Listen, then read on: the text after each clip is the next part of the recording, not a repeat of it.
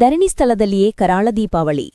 ಬಸವನಬಾಗೇವಾಡಿ ತಾಲೂಕಿನ ಕುದಿರಿ ಸಾಲವಾಡಗಿ ಗ್ರಾಮದಲ್ಲಿ ರಸ್ತೆ ತೆರವು ಕಾರ್ಯಾಚರಣೆಯಲ್ಲಿ ಮನೆ ಕಳೆದುಕೊಂಡ ನೊಂದ ಕುಟುಂಬದವರು ಪಟ್ಟಣದಲ್ಲಿ ಕಳೆದ 6 ದಿನಗಳಿಂದ ನಡೆಸುತ್ತಿರುವ ಅನಿರ್ದಿಷ್ಟ ಧರಣಿ ಸತ್ಯಾಗ್ರಹ ಸ್ಥಳದಲ್ಲಿಯೇ ಸಂಜೆ ದೀಪ ಬೆಳಗಿ ಕರಾಳ ದೀಪಾವಳಿ ಆಚರಿಸಿದರು.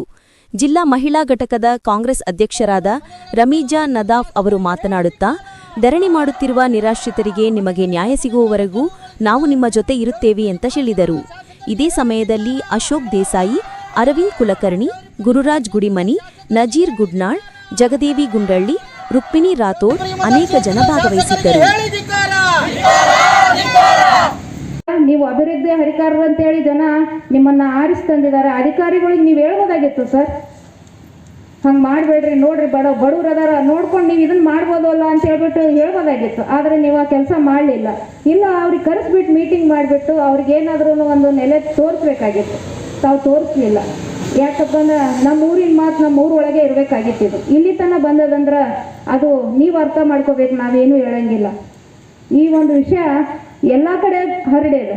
ಯಾಕಪ್ಪ ಅಂದ್ರೆ ನಿಮ್ಮ ಈ ಊರನ್ ಗೋಡ್ರು ಅಂದ್ರೆ ನಮ್ಮ ಊರನ್ ವಿಷಯ ನಮ್ಮ ಊರಾಗೆ ಇತ್ತು ಇಲ್ಲಿ ತನಕ. ಈ ಒಂದು ಕೃತ್ಯ ಮಾಡಿ ಯಾಕಂದ್ರೆ ಮನಸ್ಸು ಭಾಳ ಒಡೆದ್ಬಿಟ್ಟವೆ ಎಲ್ಲರೂ.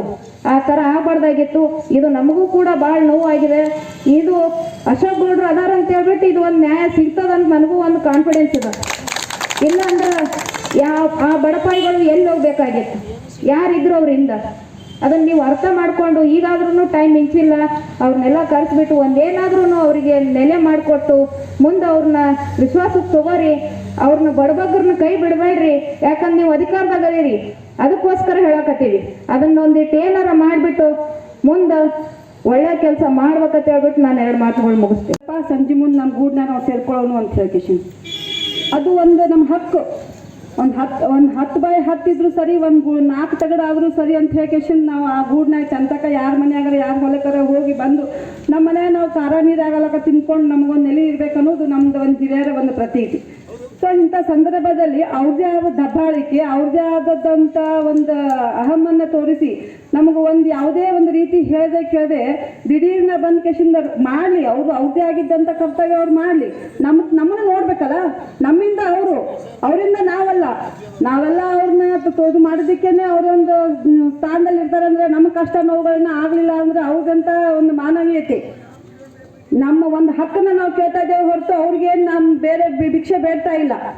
ಸೊ ಇಂಥ ಸಂದರ್ಭದಲ್ಲಿ ನಮ್ಮ ಮನೆಗಳನ್ನು ಕೆಡಬೇಕಾದ್ರೆ, ರೋಡ್ ಅಗಲೀಕರಣ ಮಾಡಬೇಕಾದ್ರೆ ಅದು ಯಾವತ್ತಿತ್ತು ಏನಿತ್ತು ಅಂತ ನೋಡ್ಕೋಬೇಕಾಗಿತ್ತು.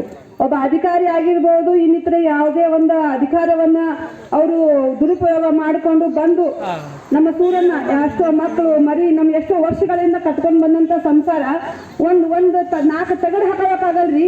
ಅಂಥ ಸಂದರ್ಭದಲ್ಲಿ ಸಾವಿರಾರು ವರ್ಷಗಳತ್ತಲೇ ನಾವು ಆ ಮನೇಲಿದ್ದೀವಿ, ಬಂದು ದಿಢೀರ್ನ ಕೆಡುತ್ತಾರಂದ್ರೆ ಅದು ಎಂಥ ಮಾನವೀಯತೆ ಅವ್ರದ್ದು. ಸೊ ಇಂಥ ಸಂದರ್ಭ ನಿಸ್ವಾರ್ಥ ಭಾವನೆಯಿಂದ ನಮ್ಮ ಜೊತೆ 1ನೇ ದಿವಸದಿಂದ ಕೂಡ ಇದ್ದಾರೆ. ಅವತ್ತೇ ಹೇಳಿದ್ರು ಅವರು, ಏನಾಗ್ಯದ 2 ದಿವಸ ಅಲ್ಲಿ ಸ್ಟ್ರೈಕ್ ಕೊಂಡ್ರು ಅಂತ ಅವತ್ತೇ ಹೇಳಿದರು.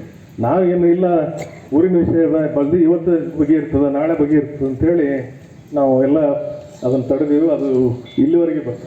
ಇದು ಏನು ಕಾಲು ಮೀರಿಲ್ಲ, ಇನ್ನಾದರೂ ಕೂಡ ಅದನ್ನು ಸರಿಪಡಿಸುವಂಥ ಇದೇ ಐತಿ. ಬಟ್ ನಮ್ಮ ಮನಸ್ಸಿಗೆಲ್ಲ ಭಾಳ ನೋವಾಗಿದೆ. ಅದು JCB ಹೆಂಗೆ ಬಡ್ದದ ಅಷ್ಟು ಆಳವಾಗಿ ನಮ್ಗೆ ದುಃಖ ಆಗ್ಯದ. ಉಳ್ಕಿದ್ದು ಏನೇ ಇರಲಿ ಅದನ್ನು ನಾವು ಹೆಂಗೆ ಸರಿಪಡ್ತೀವಿ, ಎಷ್ಟು ದಿವಸ ನಮ್ಮಲ್ಲಿ ಗಾಯ ಉಳಿದು ನಮ್ಗೆ ಗೊತ್ತು. ಇವತ್ತು ಹೇಳಿನಿ, ನಿನ್ನೇನು ಹೇಳಿನಿ, ಇದು ಸರ್ಕಾರದವ್ರು ಪರಿಹಾರ ಕೊಡಲಿಲ್ಲ ಅಂದ್ರೆ ನಾವು ಸ್ವತಃ ಮನೆ ಹೊಲ ಮಾರಿ ಅವ್ರಿಗೆ ಪರಿಹಾರ ಕೊಡಿಸ್ತೀವಿ.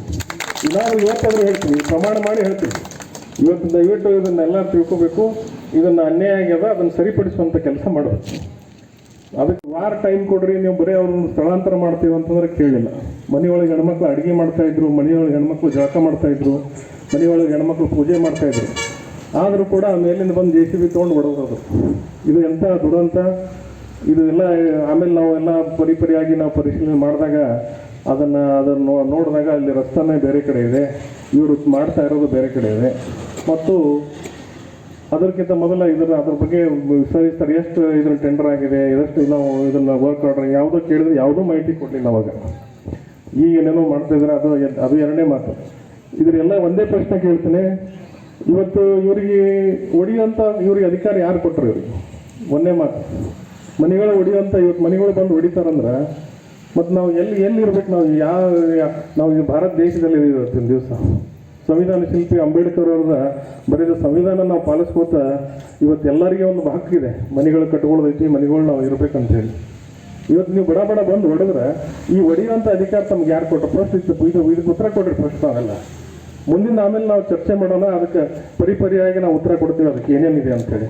ನಾವು ಭಾಳ ಡೀಪ್ ಒಳಗೆ ಹೋಗಿವಿ, ಇದನ್ನು ಭಾಳ ಬೆಳೆಸಬಾರ್ದು ಅಂತೇಳಿ ನಾವು ಇಲ್ಲಿವರೆಗೆ ಸುಮ್ಮನೆ ಕೂತಿದ್ದೀವಿ ಅಷ್ಟೇ.